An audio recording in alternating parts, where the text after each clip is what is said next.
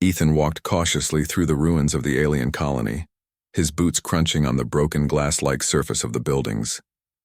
The sky above was an unusual shade of green, streaked with clouds that shimmered like oil on water. The aftermath of war was evident everywhere: crumpled walls, burnt vehicles, and the strange remains of machines that he could not identify. Silence hung heavily in the air, broken only by the faint hiss of escaping gases and the occasional metallic groan of a structure about to collapse. He had been traveling alone for weeks, moving from one abandoned world to another, searching for survivors and supplies.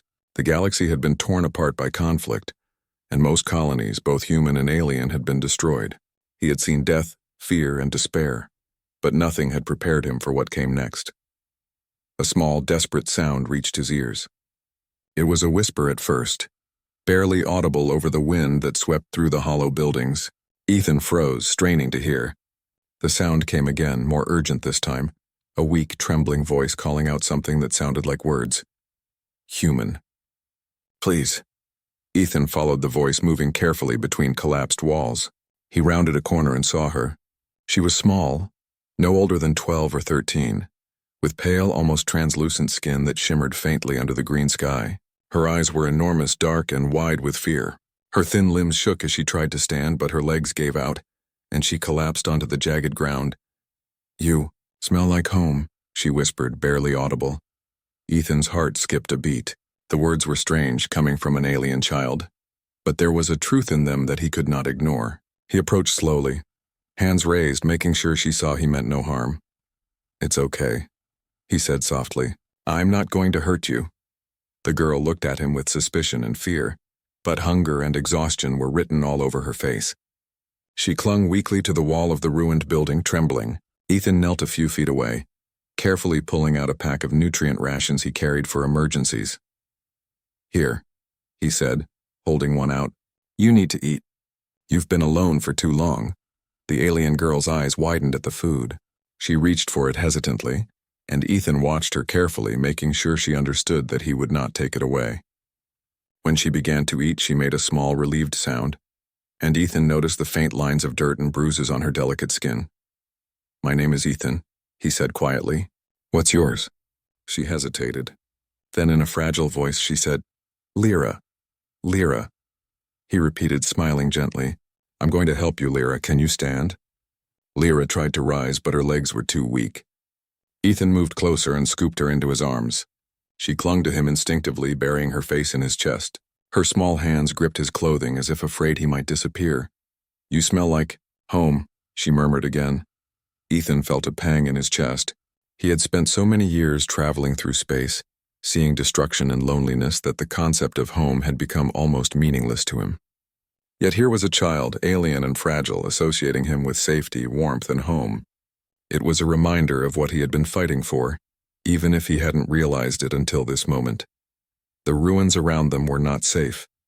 Ethan had noticed signs that the planet's atmosphere was unstable, with pockets of toxic gas seeping through the ground and occasional electrical discharges from broken machinery. He needed to move quickly. He scanned the area, looking for a safer path. We need to get out of here, he told Lyra. There's a place I know, a settlement where humans are safe. You can rest there. Lyra nodded weakly, her small arms clinging to him. She did not speak, but her eyes held trust. Ethan started moving through the debris, careful not to step on unstable surfaces. He carried her for hours, sometimes stopping to let her rest on his shoulder. Each time she whispered, home, he felt more determined to protect her. As they moved, Ethan tried to communicate with Lyra, learning small bits about her life. She pointed to ruins, using gestures to explain that her family had been killed during the war, that she had been hiding in the wreckage, and that she had survived on scraps she found. She mimicked some human gestures and words, showing intelligence and adaptability beyond her age. At one point, a loud crash echoed through the ruins. Ethan froze, listening. Shadows moved in the distance, other survivors, scavengers, or worse, hostile creatures that had taken advantage of the war's chaos. He held Lyra closer, pressing her small body against his chest. Stay quiet, he whispered. They ducked behind a partially collapsed wall, holding their breath. The shadows passed, and Ethan let out a slow breath. Lyra clung to him, her fear tangible, and he patted her head gently. It's okay. They're gone, he said. Hours passed like this, with Ethan moving carefully, avoiding danger and ensuring Lyra was safe. He realized that this small alien girl, fragile as she seemed, had a resilience that reminded him of humanity itself. She had survived alone in a hostile world, trusting no one, yet now she clung to him without hesitation. As night fell, the sky darkened, and the planet's strange moons cast a silvery glow over the ruins. Ethan found a semi-stable shelter in a collapsed building that had not yet given way. He set Lyra down gently, offering her the last of his rations. She ate quietly, her small hands moving rapidly as if she feared the food would disappear. "I'll protect you," Ethan said softly. "No one will hurt you while I'm here." Lyra looked up at him with those large, expressive eyes. "You smell like home," she whispered once more. Ethan's chest tightened. He realized that this simple phrase carried weight far beyond its words. It symbolized trust, comfort, and the promise of safety, something he had thought lost in the vast emptiness of space. The night was quiet, but Ethan remained vigilant. He built a small barricade at the entrance of the shelter, keeping watch while Lyra slept. Her breathing was light, almost musical in its rhythm, and he found himself thinking about how fragile life could be, how easily it could be lost, and how precious it was when someone trusted you completely. When dawn arrived, Ethan lifted Lyra carefully and continued their journey. He moved cautiously, scanning the horizon for dangers. The planet was unforgiving, with jagged rocks, unstable terrain, and pockets of toxic gas. Yet every step he took, Lyra, clinging to him, reminded him of why he had continued exploring the galaxy despite its dangers. He had found a reason, someone to protect, someone who needed him. Along the way, Lyra began to communicate more effectively. She mimicked words he said, pointing out obstacles and sometimes guiding him toward safer paths. Her presence, fragile yet determined, became a source of hope rather than burden. Ethan realized that she had a remarkable intelligence and adaptability. She had survived against all odds, and now, together, they could face whatever the planet had left to throw at them. By late afternoon, they reached the edge of the ruined city, where the land began to open into wide, barren plains. Ethan paused, looking out over the horizon. The settlement he sought was still far, but the path was clearer. He adjusted the strap of his pack and shifted Lyra in his arms. She rested her head against his shoulder, exhausted but trusting. "We're going to make it," he said firmly. "You'll see others like you and you'll be safe." "I promise." Lyra murmured a small sound that seemed like agreement, her hands holding tightly to his clothing. Ethan felt a surge of determination. This small alien girl, lost and starving, had sparked something in him, a reminder of what it meant to care, to protect, and to be human in a universe that had nearly forgotten compassion. As the sun began to set, painting the sky with streaks of green and gold, Ethan and Lyra continued their journey. Danger was not gone, and the world remained unforgiving. But for the first time in a long while, Ethan felt a sense of purpose. He had someone to protect, someone who believed in him, and someone who called him home. Every step they took together, across the barren plains and toward the distant settlement, was a step toward hope. And as night fell again, Lyra whispered one last time before sleep claimed her. "Home." Ethan carried her onward, determined to bring her to safety, knowing that in this vast, lonely galaxy, the bond between human and alien could create something stronger than fear, stronger than war, and stronger than anything they had both faced before. The sun rose over the barren plains, casting long shadows across the jagged landscape. Ethan adjusted the strap of his pack and shifted Lyra carefully in his arms. She had slept through most of the night, exhausted but trusting. Her small hands clung to his shoulder, and every so often she murmured, "Home," as if repeating a mantra to keep her hope alive. Ethan felt a strange warmth in his chest. This fragile alien girl had survived alone on a planet that wanted her dead, and now she trusted him completely. He realized that she was not just a child in need of protection. She was someone who had taught him something he had almost forgotten in his years of wandering. The importance of connection. The journey was not easy. The plains stretched endlessly, dotted with sharp rock formations and sudden drop-offs. Ethan carefully guided Lyra, keeping an eye out for any movement that might indicate danger. At times, the wind carried whispers of strange sounds, the echoes of creatures adapted to survive on this harsh world. Ethan tightened his grip on the girl and scanned the horizon. "You have to tell me more about your world," he said softly, trying to encourage her. "Where were you before this?" Lyra hesitated. Her large eyes searched his face as if deciding whether to trust him with the truth. Slowly, she pointed to the ruins they had left behind and made a series of gestures. Her family, the war, and finally, her hiding. She mimicked falling and being alone, shivering at the memory. Ethan nodded, understanding the depth of her loss. "I see," he said quietly. "You survived all of this." "By yourself?" Lyra nodded.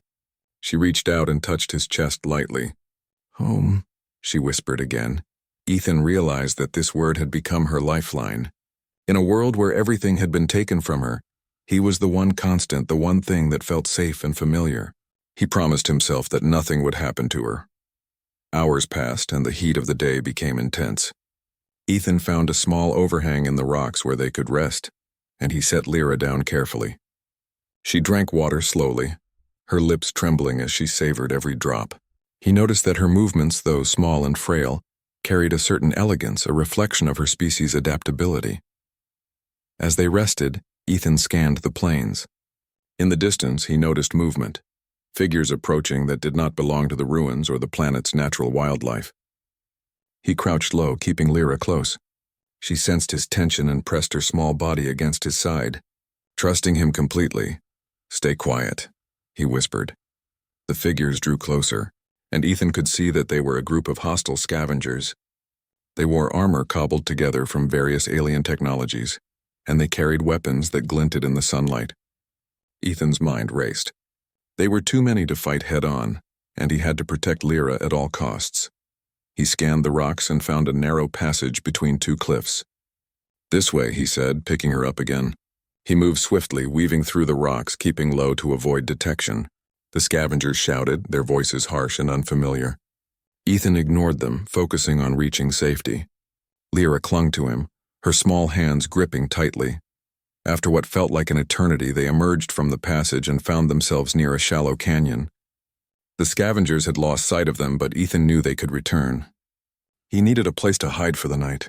He spotted a cave partially concealed by rock formations and carried Lyra inside. Inside the cave, he set her down and began inspecting the area. It was small but secure, with only one entrance that he could easily defend. Lyra sat quietly, her eyes wide, watching him. "Safe," she whispered. "Yes," Ethan said. "For now, we're safe." Night fell and the stars above the planet shimmered in unfamiliar constellations. Ethan kept watch while Lyra slept, thinking about their journey and the trust she had placed in him. He realized that this small alien girl had survived horrors he could scarcely imagine, and yet she had not lost her spirit. She had clung to hope and now clung to him, and he would not let her down. The following day, they continued their journey toward the human settlement. Lyra had begun to communicate more, using simple words and gestures. She pointed out safe paths, warned of unstable terrain, and even indicated where small water sources could be found. Her intelligence and adaptability amazed Ethan. He realized that she was not just a survivor. She was remarkable in ways he had not expected. As they neared a rocky ridge, the sound of rushing water reached their ears. Ethan smiled.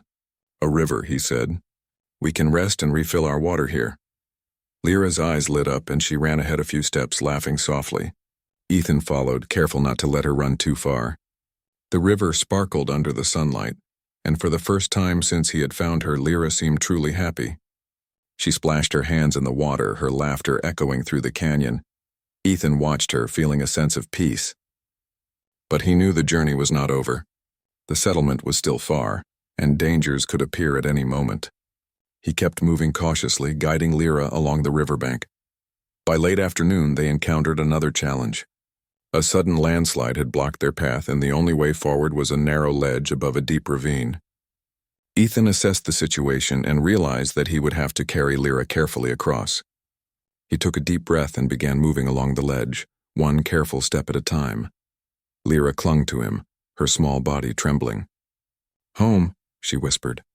"You're going to be okay," Ethan said firmly. "I won't let anything happen to you." Slowly, they made their way across, every step a test of balance and courage. When they reached the other side, Lyra hugged him tightly, relief evident in her eyes. Ethan smiled, feeling the weight of responsibility and the joy of seeing her safe. As night approached, they finally saw the faint lights of the human settlement in the distance. Ethan's heart lifted. They were almost there. He quickened his pace, carrying Lyra through the final stretch of rough terrain. She clung to him, exhausted but trusting. When they reached the settlement, humans were initially wary. Soldiers approached with weapons, unsure if the alien girl was a threat. Ethan stepped forward, holding Lyra protectively. "She's with me," he said. "She's not dangerous." The soldiers hesitated but lowered their weapons after seeing Lyra's small, fragile form. The girl looked around, eyes wide at the bustling settlement, the humans moving about and the technology that surrounded them.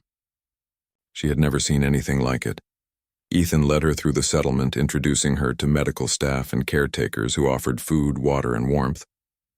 Lyra's small hands trembled as she took everything in, her eyes reflecting wonder and cautious curiosity. In the following days, Lyra began to settle in. She learned more about humans, mimicking their gestures and speech.